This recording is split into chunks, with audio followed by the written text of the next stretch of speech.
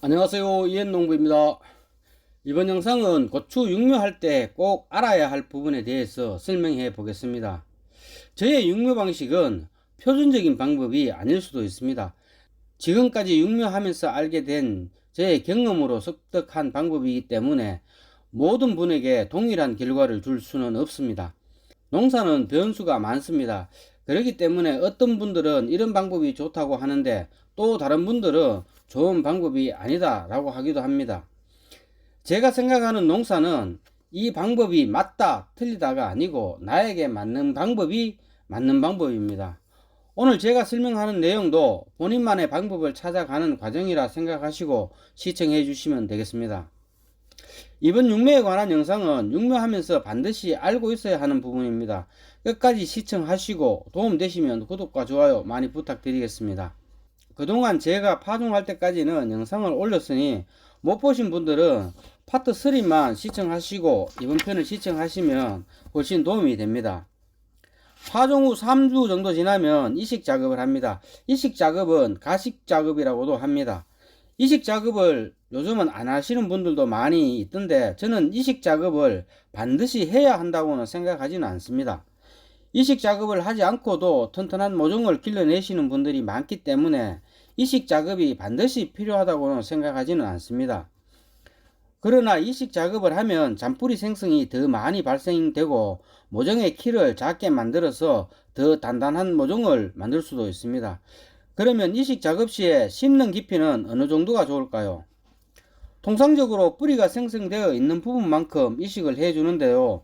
저는 깊이 심으라고 권하고 싶습니다. 깊게 심게 되면 뿌리가 없던 부분에서 부정근이 발생이 됩니다. 부정근은 일반적으로 생육에 많은 영향을 끼칩니다. 기존에 있던 뿌리는 서서히 퇴화되고 새로운 부정근의 뿌리가 강하게 발달하면서 기존의 뿌리보다 더 많은 왕성한 뿌리가 생성됩니다. 부정근을 받게 되면 단점도 있습니다. 그만큼 육묘일수는 늘어질 수 있고 그에 따라서 조기 수확이 어렵습니다. 육묘 기간이 늘어지는 건 육묘를 일주일 정도 빨리 시작함으로써 해결이 가능합니다.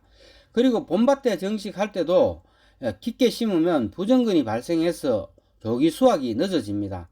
다만 고추의 생육 기간을 오랫동안 가져갈 경우에는 깊이 심는 것도 좋은 방법이 될 수도 있습니다. 부정근에 대해서는 나중에 시간 되면 다시 한번 정리해 보도록 하겠습니다. 이식 작업을 할 때 기존의 뿌리는 최대한 다치지 않고 그대로 옮겨 심는 것이 좋을까요? 아니면 잔뿌리에 붙은 흙을 털어내면서 어느 정도 잔뿌리가 뜯어진 모종을 심는 게 좋을까요? 이 부분도 서로 장점과 단점이 있습니다. 기존의 뿌리를 최대한 살려서 이식을 하게 되면 이식 후 모종이 몸살을 거의 하지 않아 빠른 활착이 가능합니다. 반대로 잔뿌리를 건들거나 저처럼 벽시 트레이에 파종 후에 이식 작업을 하게 되면 모종을 뽑아야 하기 때문에 잔뿌리가 많이 떨어집니다. 일부러 긴 뿌리는 자르고 옮겨 심기도 하는데요. 뿌리를 건들거나 자르고 이식하게 되면 모종이 몸살을 합니다. 몸살을 하는 만큼 모종의 생육은 늦어질 수 있는데 몸살이 끝나면 잘린 뿌리에서 더 많은 뿌리가 생성되어 더욱 튼튼한 모종을 육묘하실 수 있습니다. 세 번째는 이식 후의 온도 관리입니다. 고추 육묘기간 최저 온도는 12도 이상을 유지하는 게 좋습니다. 육묘기간 동안은 밤기온, 그러니까 최저 온도의 설정 범위는 조금씩 달라집니다. 이식 작업 후에는 최저 온도를 높여주는 게 좋습니다. 저 같은 경우는 이식 작업 후 모종이 사름할 때까지 24도 이상으로 맞추어서 빠른 활착을 유도합니다. 이식 후, 그러니까 활착이 되고 난 후에도 최저 온도인 12도보다 높게 15도 이상으로 맞추어서 생육을 시킵니다. 그런데 야간 온도를 높여주면 생육이 빨라지는 걸 알 수 있는데요. 그만큼 빠른 성장을 합니다. 빨리 성장한다고 하니까 빠른 성장을 웃자람으로 생각하시는 분들도 계실 건데요. 저는 빠른 성장과 웃자람은 다르다고 생각합니다. 빠른 성장은 온도와 수분 그리고 비분을 적절하게 맞추어서 생육을 빠르게 가져가는 것이고, 웃자람은 모종을 전체적인 비율로 봤을 때 균형이 맞지 않고 키만 커지는 걸 웃자람이라 볼 수 있습니다. 웃자람을 억제하기 위해서 생육 온도를 낮추거나 모종이 필요로 하는 비분을 적게 주어서 성장을 억제시키는데요. 이렇게 하면 성장이 억제되는 효과는 있지만 모종이 생육 저온이 되게 되면 강하게 웃자라게 됩니다. 이런 경우는 정식 전 4월 초를 전후해서 외부의 온도가 올라가면 급격하게 나타나는 현상으로 정식 일자를 조금만 늦추게 되면 초기 생육에 치명적인 노묘로 정식할 수도 있습니다. 이런 현상이 노지에서는 초기 성육에 좋지 않은 결과를 주지만 비가림 시설에서는 빠른 수확을 위해서 의도적으로 노묘를 정식하기도 합니다. 육묘를 하다 보면 웃자람을 방지하고 단단하게 육묘하는 건 많은 기술을 필요로 하는데요. 그래서 전문적으로 육묘장을 하시는 분들 중에서 성장을 억제시키기 위해서 성장 억제제를 사용하시는 분들도 계시는데 이런 분들은 고수분들이라서 가능한 방법입니다. 하지만 일반적으로 사용을 할 수 있는 방법은 아니어서 억제제는 잘못 사용하게 되면 덕보다 실이 많습니다. 그러면 파종부터 육묘가 끝날 때까지 억제제를 사용하지 않고 웃자람을 방지하는 방법에 대해서 이야기해 보겠습니다.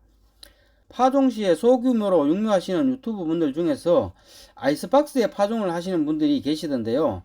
저는 이 방법이 웃자라는데 한몫하는 것 같습니다.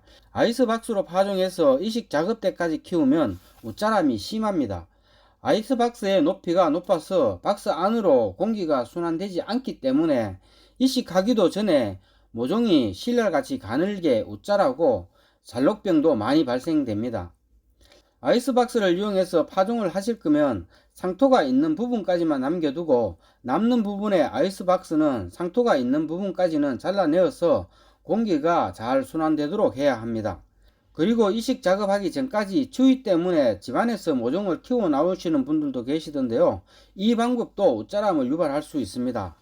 방 안에서 키우면 아무래도 광합성이 부족하기 때문에 웃자람이 많을 수밖에 없습니다. 씨앗이 발화가 되고 난 후부터는 최대한 햇빛을 많이 보게 해야 튼튼하게 자랍니다.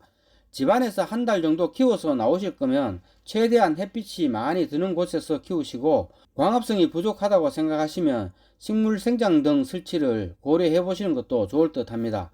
이번 영상은 이걸로 마치고 다음 영상은 육묘 중기부터 정식 전까지 알고 있어야 할 부분에 대해서 이야기해 보겠습니다. 도움 되셨다면 구독과 좋아요 다시 한번 부탁드리겠습니다. 시청해 주셔서 감사합니다. 이상 이현농부였습니다.